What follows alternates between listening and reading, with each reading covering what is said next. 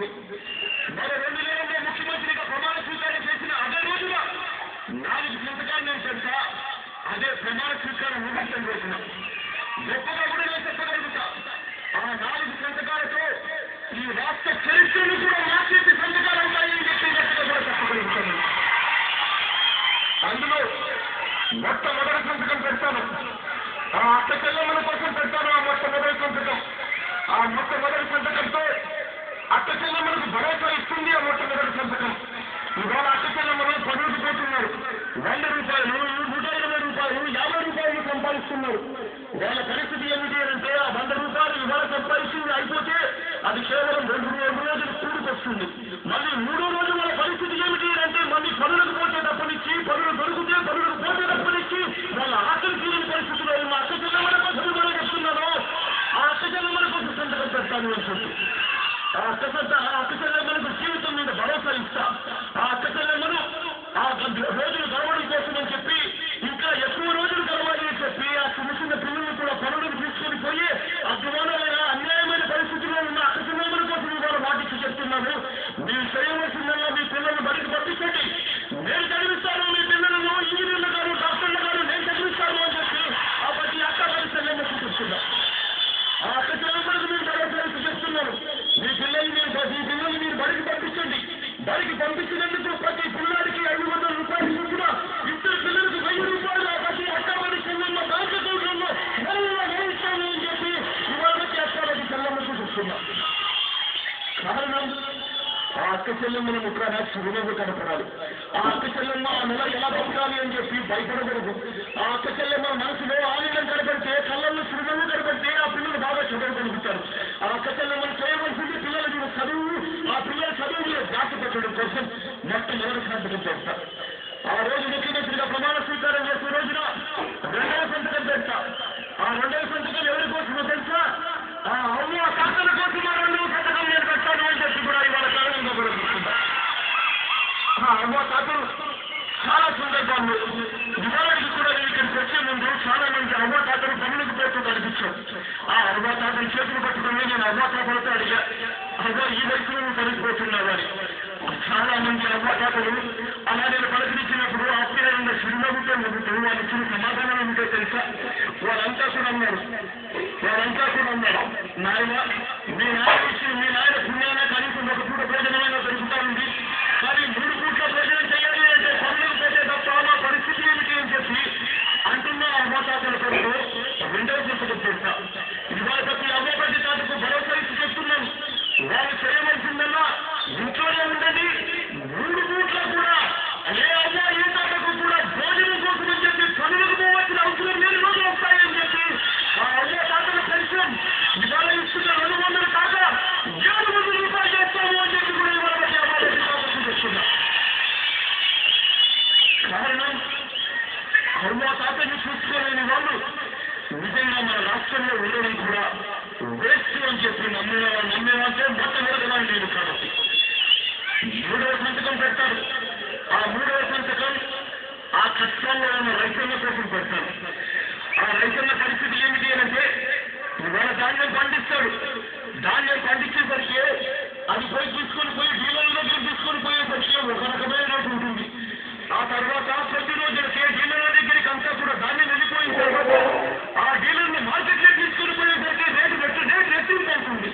రైతుల పరిస్థితి ఏమో అన్యాయంగా ఉండే పరిస్థితులు ఇవాళ కనిపిస్తా ఉన్నాయి. ఆ రైతన్న కోసం నేను 3వ సంతకం పెడతాను. ప్రతి రైతన్నకు కూడా గిట్టుబాటు ధర రావాలా, కనీసం మద్దతు ధర కోసం నిలబడాలి. దానికోసం అని చెప్పి ప్రతి రైతన్నకు 3,000 కోట్ల రూపాయలతో సురక్షణను తీసుకుని వచ్చి ఆ ప్రతి రైతన్నకు కూడా అందంగా నిలబడతామని చెప్పి కూడా ఇలా ప్రతి రైతన్నకు చెప్తున్నా. 3వ సంతకం పెడతా. 4వ సంతకం పెడతా. ఆ 4వ సంతకం మళ్ళీ ఆ ప్రతి అక్క ప్రతి చెల్లెమ్మ కోసం పెడుతున్నా. ఇవాళ అక్క చెల్లెమ్మల పరిస్థితి, ఆ డాక్టర్ మండల అక్క చెల్లెమ్మల పరిస్థితి ఎలా ఉంది అంటే ఆ 2,000 రూపాయలు నెలల కట్టడం కోసం అని చెప్పి ఆ 2,000 రూపాయలు కట్టడం కోసం అని చెప్పి అక్క చెల్లెమ్మలు వాళ్ళు పనులకు పోవడమే కాకుండా పిల్లలు కూడా పనులకు తీసుకుని పోవాల్సిన అద్భుతమైన పరిస్థితుల్లో ఉన్నారు. కారణం ఏమిటి అంటే ఆ 2,000 రూపాయలు కట్టకపోతే అక్క చెల్లెమ్మలకు దాంట్లో వచ్చి ఇంటికి వచ్చి జప్తు చేస్తారేమో అని భయం. ఆ అక్క చెల్లెమ్మల కోసం ఇవాళ చెప్తున్నా. డాక్టర్ అక్క చెల్లెమ్మలకు అందరికీ కొత్త జీవితం ఇస్తా. ఆ అక్క చెల్లెమ్మలు చేసిన డాక్టర్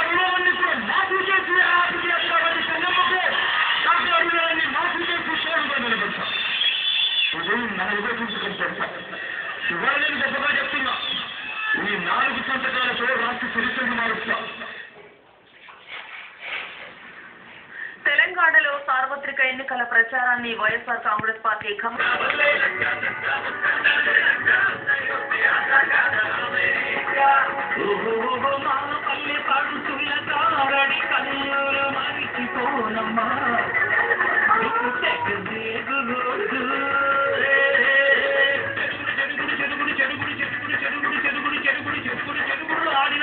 మన బాబు గారు జనం చెవుల్లో కాలీఫ్లవర్ లో పెడుతున్నారు కాబట్టి నేను ఒక్క చెవుల్లో అంట్లో కూడా కాలీఫ్లవర్ పెడతానని జగన్ బాబు గారు అంటున్నారండి.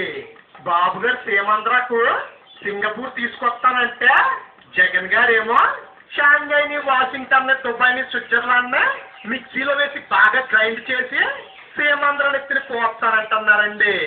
అయినా మన దేశాన్ని ఎత్తుకుని షాంఘైని చేస్తా, దుబాయ్ని చేస్తా, వాషింగ్టన్ చేస్తానంటే భరతమాత బండబుతులు తిడుతుందని చెప్పేవాళ్ళు లేక ఇలా తగలట్టారండి మన ప్రాణానికి. మన దేశాన్ని పరాయి దేశంగా మార్చడానికి మాకు ఓట్లేని అడుక్కోవడానికి సిగ్గు లేదా అని అడుగుతున్నారండి. అయినా మన దేశాన్ని పరాయి దేశంగా మార్చే బదులు ఆ పరాయి దేశాల్లో ఉన్న మన నల్లసొ మట్టుకు రండి. మీరేం పొడవకున్నా దాని అంతటదే బాగుపడుద్ది. ఇంకోసారి సీమాంధ్రను వేరే దేశంలో చేస్తామని కూర్చా కోచ్ కారం పెడతామంటున్నారండి మన జనాలు.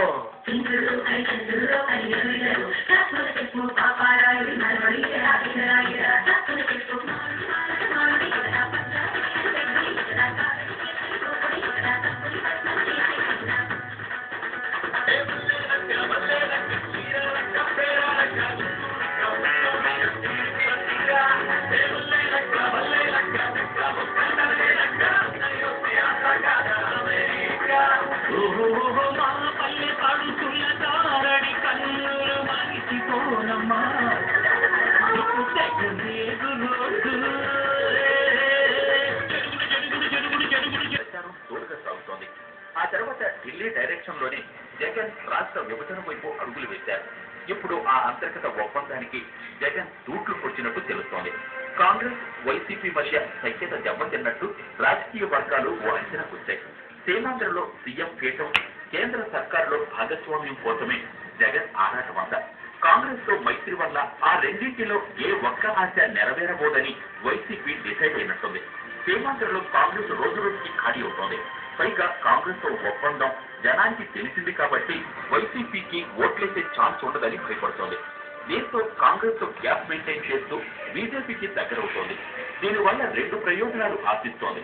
అసెంబ్లీ పోరులో ఎవరి మద్దతు అవసరమైతే వాటిని తీసుకుని సీఎం అయిపోవాలన్న ఆశ ఒకటి.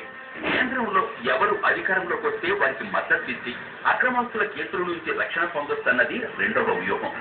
జగన్ దిమ్ముక వ్యూహం ముందు కాంగ్రెస్ విభజన వ్యూహం చిన్నబోతోంది. I'm prepared to contest on YS Jagan అని.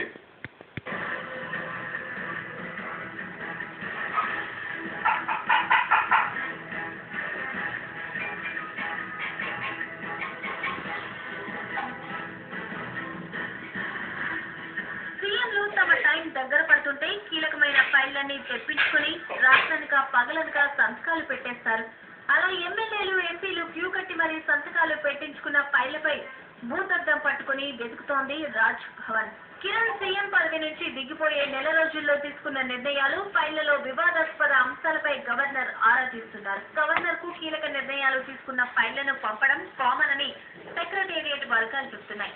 వీటితో పాటు ప్రభుత్వం మారినప్పుడల్లా జరిగే సాధారణ వ్యవహారమేనని, ఇందులో ప్రత్యేకత ఏమీ లేదని అధికార వర్గం చెప్పుకొస్తోంది. नाम का भी नहीं करप्शन अलग यहाँ की बात है, का साथ है ऐसा हमारा गुजरात है। देश ही नहीं दुनिया चल कर आ रही है और कहाँ गुजरात में